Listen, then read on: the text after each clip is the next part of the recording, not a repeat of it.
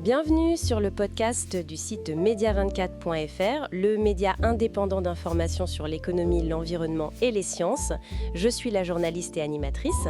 Avec notre invité aujourd'hui, spécialiste des sciences, on va plonger au cœur d'une aventure scientifique assez hors norme, l'exploration de l'Antarctique pendant l'hiver polaire, une saison qui est longtemps restée une énigme. Alors pourquoi s'aventurer là-bas dans des conditions pareilles ? Parce que l'Antarctique, même si ça nous semble très loin, c'est un acteur fondamental pour le climat de toute la planète. Sa fonte, on le sait, ça impacte le niveau des mers partout. Et puis ces eaux, elles influencent des phénomènes météo à des milliers de kilomètres, comme les moussons par exemple. Ah oui. Or, on connaît très mal ce qui s'y passe pendant l'hiver. Tout simplement parce que les expéditions, elles y vont surtout l'été, quand c'est plus facile. Explorer l'Antarctique en été, c'est déjà pas simple. Alors j'imagine que l'hiver polaire, ça doit être une autre paire de manches, non ? Ah oui, tout à fait. Il faut imaginer la nuit polaire, noir complet pendant des mois. Des températures qui descendent faciles sous les moins 30 degrés sur l'océan. Moins 30. Oui, et des tempêtes catabatiques d'une violence incroyable. Et puis la glace de mer, elle est beaucoup plus étendue, plus épaisse. C'est un environnement vraiment très très hostile. D'accord. Et c'est là qu'intervient cet outil un peu exceptionnel, le RRS Sir David Attenborough. RRS, c'est Royal Research Ship, c'est ça ? Qu'est-ce qu'il a d'aussi particulier, ce navire ? Oui, c'est ça. C'est le nouveau navire de recherche polaire britannique. Un concentré de technologie, 129 mètres de long, un investissement de 260 millions d'euros. Ah oui, quand même. Oui, c'est un brise-glace d'abord, très puissant, capable d'avancer dans une glace d'1 mètre d'épaisseur. Mais c'est surtout une base scientifique flottante ultra équipée.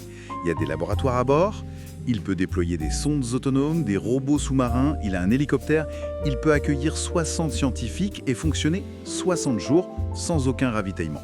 60 jours en autonomie complète. Voilà. Et ça, il y a très très peu de navires au monde qui sont capables de mener des recherches scientifiques l'hiver là-bas. Une sorte de laboratoire flottant, en fait, conçu pour l'hiver polaire. Et quelles recherches est-ce qu'ils ont pu faire pendant cette première mission hivernale ? Alors, l'équipe internationale a pu, par exemple, cartographier très précisément les fonds marins juste au pied de certains glaciers.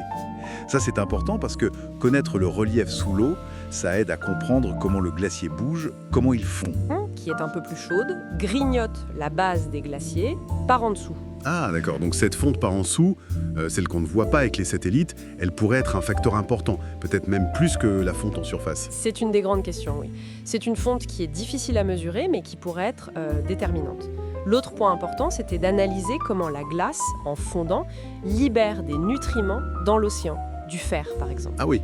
Et de voir si ça peut aider la vie marine, le plancton, à survivre pendant la nuit polaire, quand il n'y a plus de lumière pour la photosynthèse. Et est-ce qu'il y a déjà des résultats un peu surprenants qui ressortent ? Alors, une première observation qui est assez fascinante, même si ça demande encore beaucoup d'analyse bien sûr, c'est que le glacier, il ne serait pas juste une victime du réchauffement. C'est-à-dire ? Il pourrait aussi fonctionner un peu comme un supermarché de l'hiver.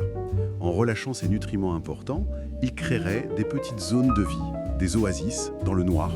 C'est une image assez étonnante, non ? Oui, c'est assez contre-intuitif l'idée du glacier nourricier. Et ce type de mesures sur l'eau, la glace, les nutriments, est-ce que ça complète ce que font les équipes françaises, par exemple, depuis leur base comme Concordia ou du Mont d'Urville en hiver ? Oui, c'est très complémentaire. La France a une présence historique en hiver. Et elle est importante. À Concordia, la station franco-italienne, ils sont sur le plateau à 3200 mètres d'altitude. Oui. Là, il y a une quinzaine de personnes qui passent l'hiver complètement isolées pendant 9 mois. Ils font de la glaciologie avec les fameux forages profonds comme EPICA, qui permettent de lire le climat du passé, mais aussi de l'astronomie, la médecine en conditions extrêmes. Et puis sur la côte, à du Mont d'Urville, là, c'est plutôt 25 à 35 personnes. Eux, ils travaillent plus sur la faune, les manchots empereurs, bien sûr, la géophysique, la météo, le suivi de la couche d'ozone. D'accord. Donc ce sont des approches différentes. Mais quand on met tout ça ensemble, avec les données marines du RRS Attenborough, on commence à avoir une image plus complète de cet écosystème en hiver. On comprend bien que malgré les coûts, les difficultés logistiques qui doivent être énormes, ces missions hivernales, sur mer ou sur terre, elles sont nécessaires. Les satellites ne peuvent pas tout faire. Ah non, absolument pas. Les satellites, c'est formidable, ça donne une vue d'ensemble, c'est indispensable aussi. Mais ça ne voit pas sous la glace de mer, ça ne mesure pas la salinité de l'eau ou les nutriments avec la précision qu'il faut. Ces données de terrain prises sur place, elles sont irremplaçables pour comprendre les mécanismes fins. comment l'océan, la glace, l'atmosphère et la vie interagissent.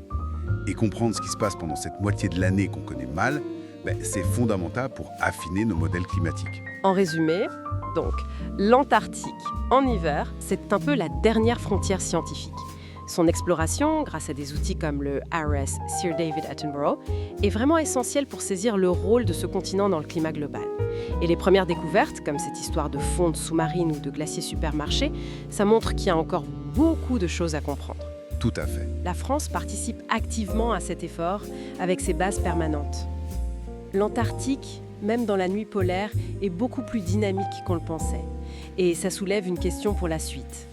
Si même au cœur de l'hiver, la glace, l'océan et la vie interagissent autant, quelles autres surprises cet environnement, si sensible au réchauffement, nous réserve-t-il encore ?